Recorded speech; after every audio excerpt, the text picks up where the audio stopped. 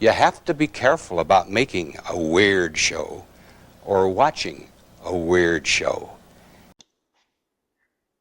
Hello, this is Greg Smalley on Pod 366, a weird movies podcast. Joined today by the buoyant Giles Edwards. Hello, everybody. And the chaotic Pete Turbovich. That's me. Chaotic evil or chaotic neutral, I think. But, yes, yeah, chaotic neutral. That's a good one. That's a good description. Yes. Anyway. Okay. Just showing my Zappa shirt for a minute, just to go, hey, I brought my Zappa shirt just for luck today. Just for luck. There's no Zappa theme to today's showing or to today's show, but we have that anyway. We're going to discuss 7 movies in the vaguely new release category. And can you see the mostly newies? Yeah. See them splayed out before you? Yeah.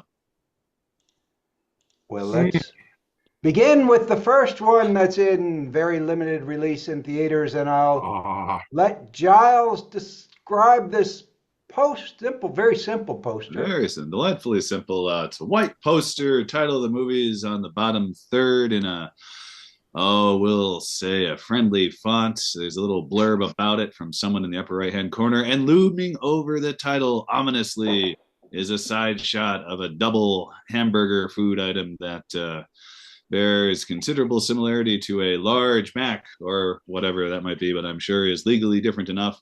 And in a nice little touch, there's a droplet of very blood-looking ketchup falling from one of the leaf overhangs of this burger that is, as I said, situated at a jaunty angle over the title that is somehow exuding a little bit of menace. And this is Buffet Infinity, and it is in limited release in theaters, playing at Alamo Draft Houses notably, and also at other art house type theaters that screen these types of things. I know it's playing in New Orleans at a non-Alamo Draft House, but it's one of those movies that gets very quick theatrical release and then goes to VOD very soon. Giles has actually seen this film and therefore may report on it a little bit. Yes, it was one of the highlights of Fantasia last year. I, without any questioning, I slapped our weirdest label on it. The plot, such as it is, let's see what we got here. An all-you-can-eat restaurant competes with neighboring stores at a strip mall as a sinkhole appears, strange noises plague the area, citizens go missing, and an occult presence seeps into the transmission. And this is all done in a sort of channel surfing style thing for hyper-local media with a used car salesman doing his increasingly unhinged bits, a personal shyster lawyer attorney guy having his promotional spots. There's a pawn shop that keeps getting better and better items. And of course, the titular Buffet Infinity, which is the food establishment that grows increasingly menacing in its tones and the various accusations against it from the other talking heads on the screen. So all told, a very strange little movie. I've seen at least one other channel clicking movie before, but it didn't have the kind of interlinked stories that this one apparently has. So that sounds, or the idea that each individual clip reveals something about a larger story sounds like a very good structure to me. Now we have a website for this, and on the website it's mainly just a fake, a fake website for the fake Buffet Infinity rather than something that's advertising the movie. But you can see clips of the shyster lawyer on there. And we also have a trailer for it, which doesn't reveal much about the movie, and I don't think is from the movie, but was probably made specifically for it with a sort of silhouette figure upon whom various clips play in quick succession. That figure does appear. Obviously, this is was it Yellow Veil? Yes, Has Yellow released this, Veil. so they have their thing they do, and I wholly endorse what they do. The trailer had much more horror overtones than I think the movie has overall. There are definitely ominous things developing here, but I guess it was probably would be difficult to highlight the absurdist comedy angle in the minute and a half to 2 minutes, and so they plumped for the more unsettling side. So that figure is in the movie. The clips are in the movie, but yeah, it's not representative entirely of the channel surfing experience that the movie itself is. Pete, you saw the trailer maybe, and do you have any thoughts on anything Oh about yeah, it? I found the trailer incomprehensible, and I was just about to ask what was up with it, but now we have an analysis of that, so that question's tabled. Yeah, I do like the theme of parody of small town retail culture, strip mall culture, the local restaurant that's just a little too weird for your neighborhood. Yeah, that's a nice little theme I'd like to see explored. But anyway, this sounds like a good must recommend then. I would say so. Yeah, All right. It was a pleasure to catch that, even though it was in the theater with the less comfortable seats. And I think that this will be on VOD relatively soon. In fact, I may have a actual date for that. Hold on one second. Now, this is also the kind of thing that if you still have a cathode ray television, maybe wheel it out to watch it on that would probably give you the ultimate buffet infinity experience. Get the old Yes, fashioned with the rabbit ears and the little Yeah. manual channel change. Yeah. May 8th is available on video on demand for most of you, but those of you who have a art house theater near you, please go out quickly and see Buffet Infinity, or you can see a movie with a similar release schedule.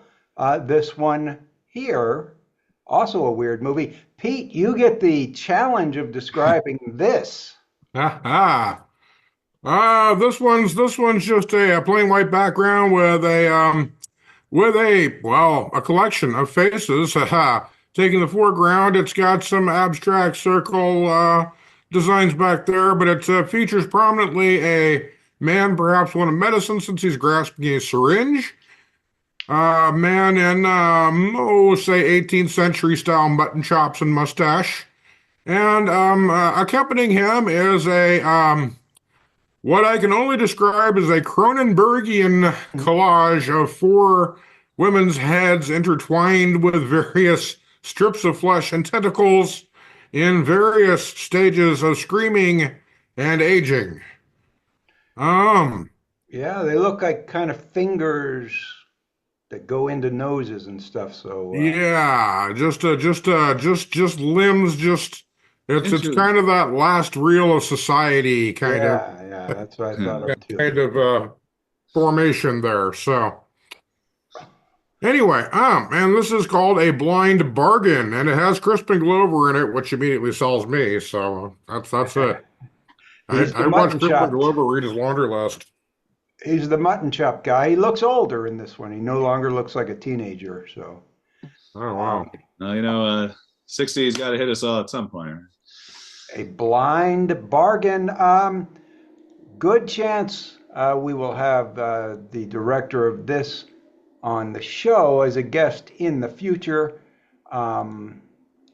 Blind Bargain, playing at kind of the same schedule that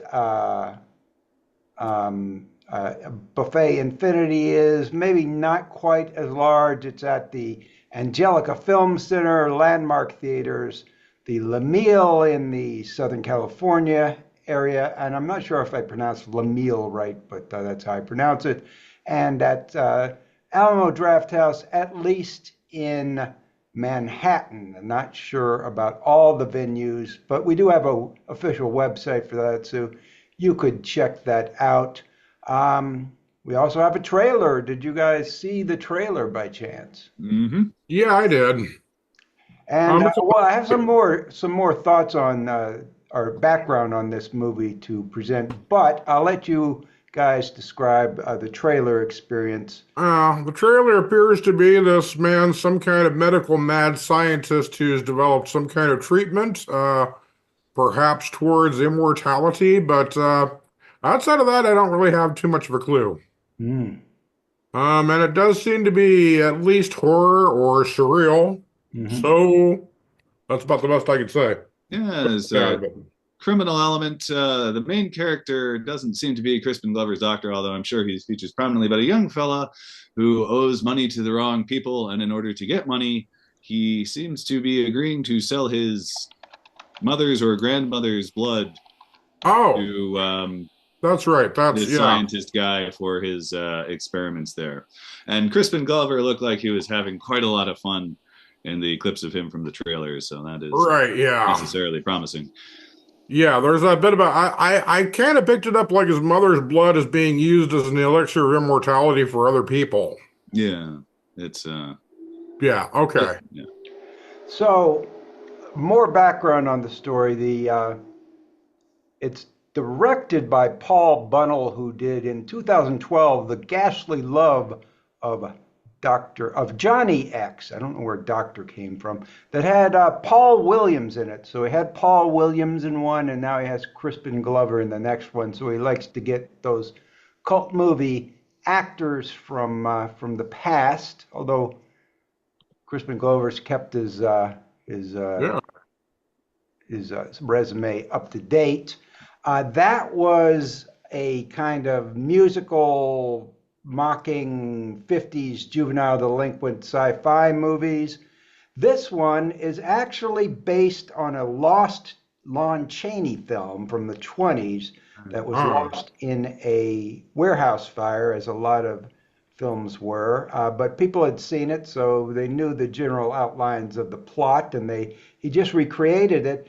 He recreates it here, though, in the style of like a 70s melodramatic thriller instead of the 1920s style that would have been contemporaneous. So it's like a remake. It's a 2000s remake of a 1920s movie done in a 1970s style. So stretching over 100 years of cinema there.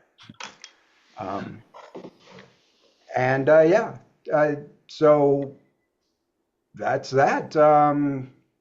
It's a very interesting idea. We shall see. We'll probably review that one fairly soon, I would imagine.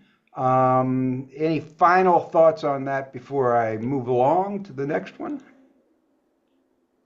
Doesn't sound like it. All right. Next one. Giles, you're up for describing this still. All right, this is a still. This is very Twilight feel to it. Maybe nighttime. However, looks like an empty warehouse, a lone figure with a head tilted forward, possibly in contemplation, walking along a gangway. Certainly something with a railing. There seem to be any number of windows arched above him. Many of them appear to be broken. I can't really tell if this is inside or outside. There's something rather dreamy and mystical about the effects of lighting here. It's like a blue-toned sepia color motif, and looks very ethereal. Okay, and do either of you know what this is from? Resurrection? Yes. Ah. Resurrection. Did I? Yes, of course.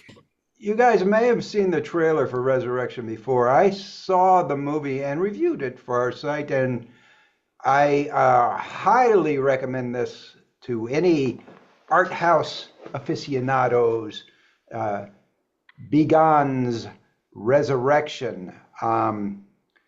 The premise is that it's a series of dreams, but it's set in a far distant future where dreaming has been outlawed, technically, so that people can have immortality, because, hey, if you dream, no immortality for you. And it involves, we see this character who's called the Delirious Five Dreams, all played by the same actor.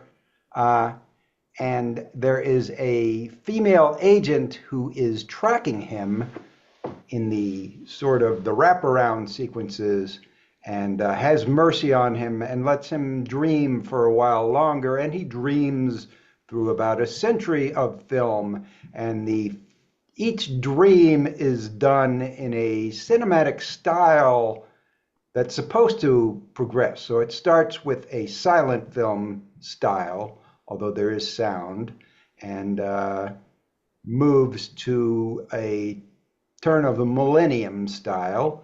It's not always the middle element or the middle segments. It's kind of hard to tell. The first segment is based on silent film. The second segment is based on film noir, and the last three, well, they kind of get a little.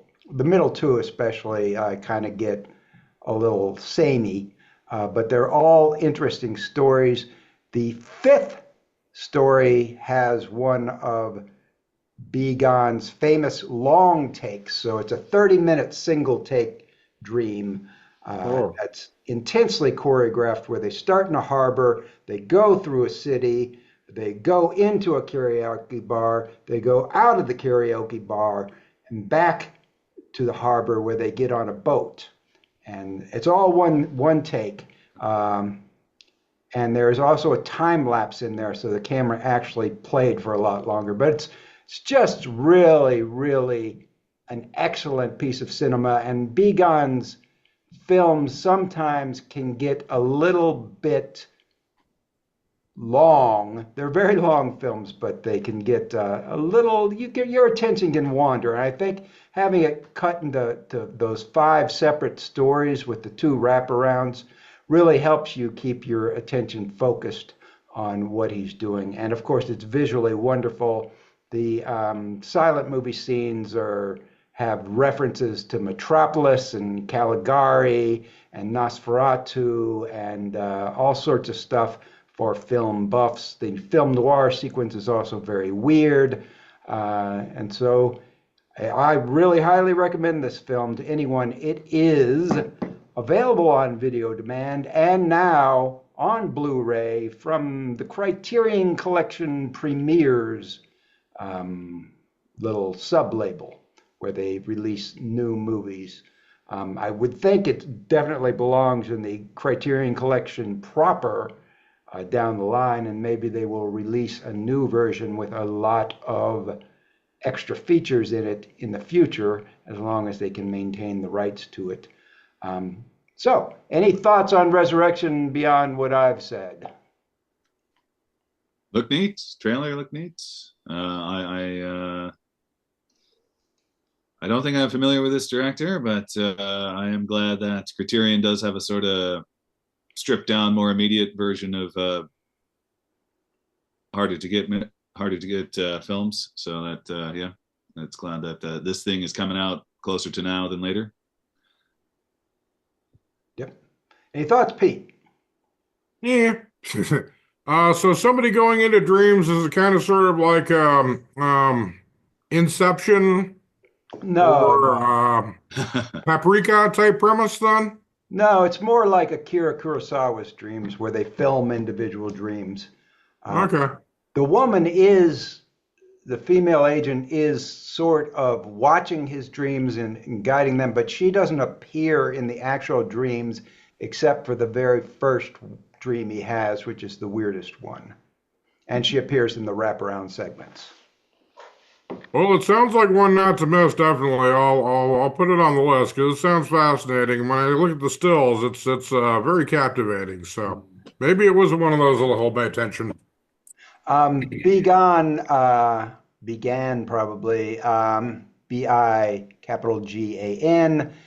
It's his third film. His other 2 films were also not quite as weird, but in the art house weird category. And he's noted for his very long takes. This 30-minute take is not as long as take because A Long Day's Journey into Night had a 45-minute take in it. So, although in actual filming time, this one may be longer because, as I say, there's the time lapse that's supposed to go for hours overnight. So they actually had the camera moving probably longer than actual screen time. That's Resurrection by Began on Criterion Premieres. And speaking of Criterion, here's another one from Criterion. Whose turn is it? Oh I think boy. it's Pete's turn. Go for it, Pete.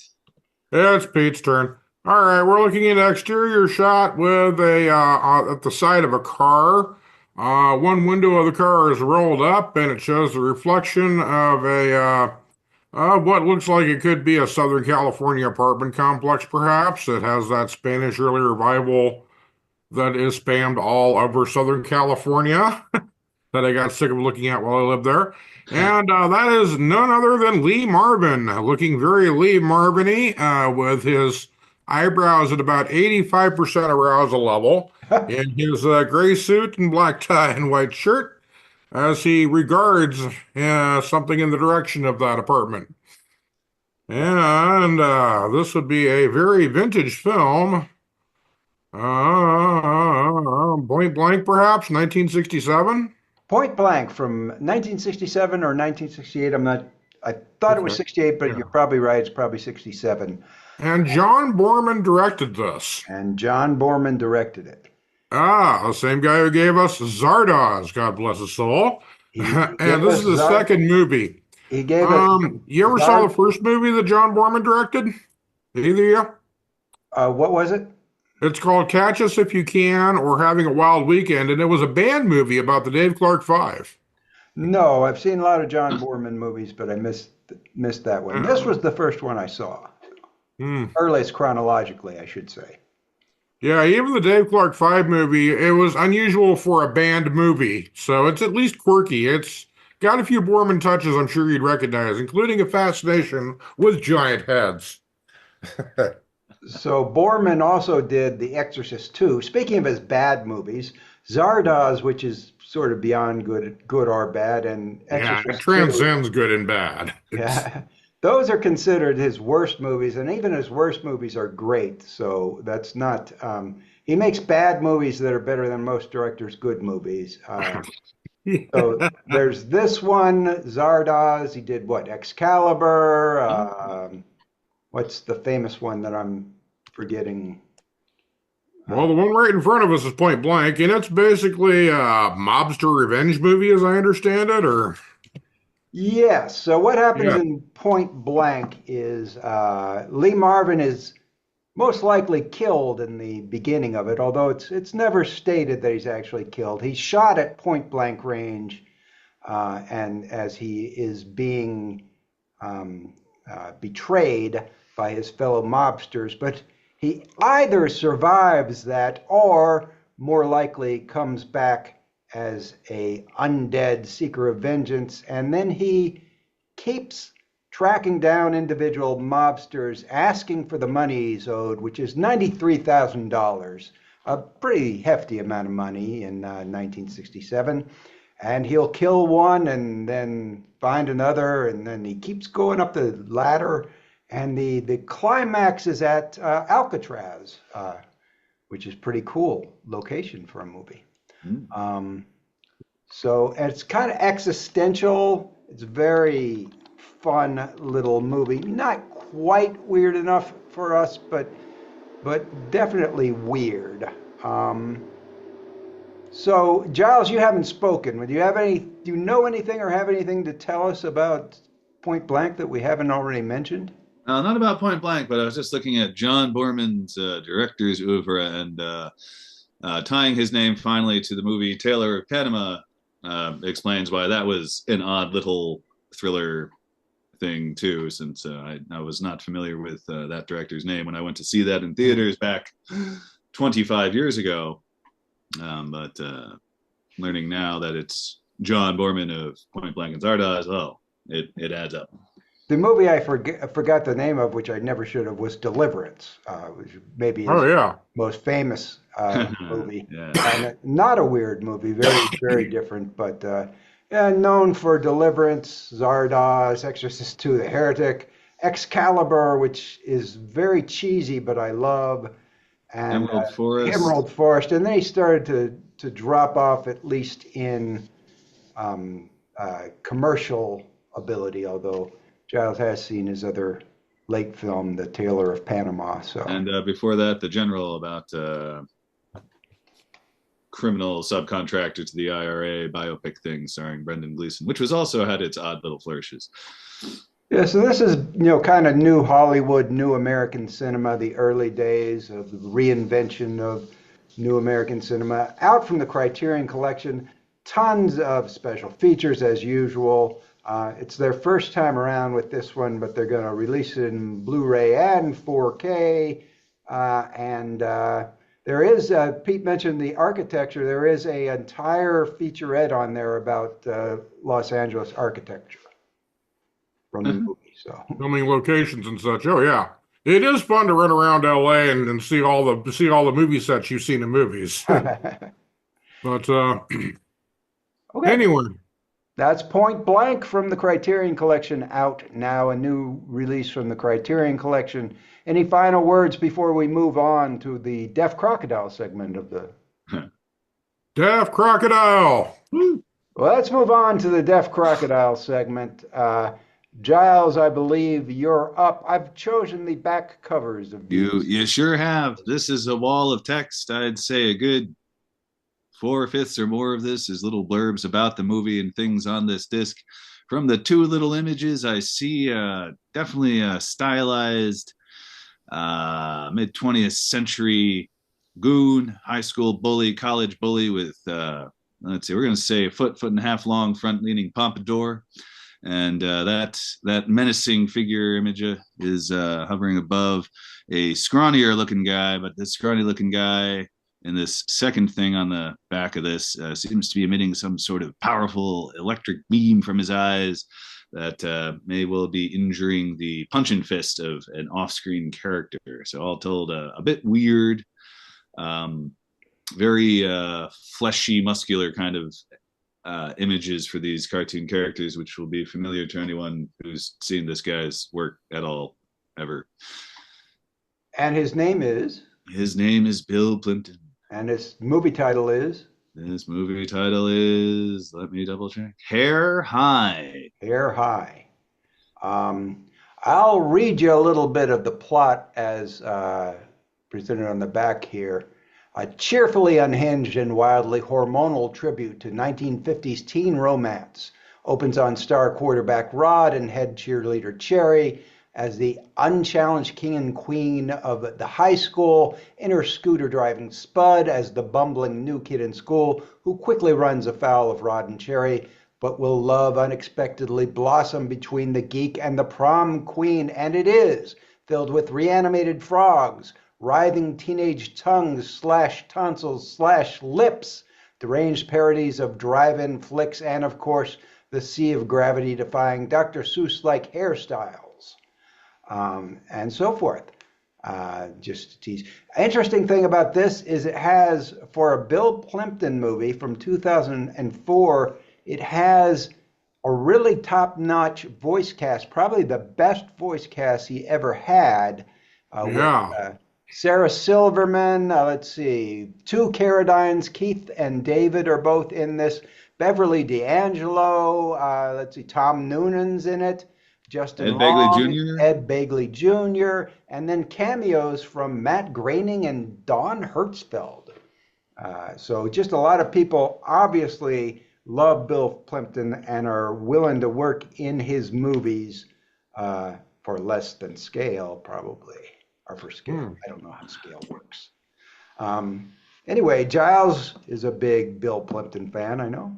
Oh yeah. This is another thing for me to get my hands on and enjoy. I find his style very individual. I'm sure he's not the only one who's doing what he's doing, but it really pleases me that each movie I've seen him do, he's in one way doing the exact same thing he's doing before. Is he's got a outline of plot that is just anchor enough for him to go absolutely crazy with his animation, because he's, as one-man band with his own studio, he isn't held back by anything other than his own time and I imagine occasionally funds, but it's always great to watch him just play around with line.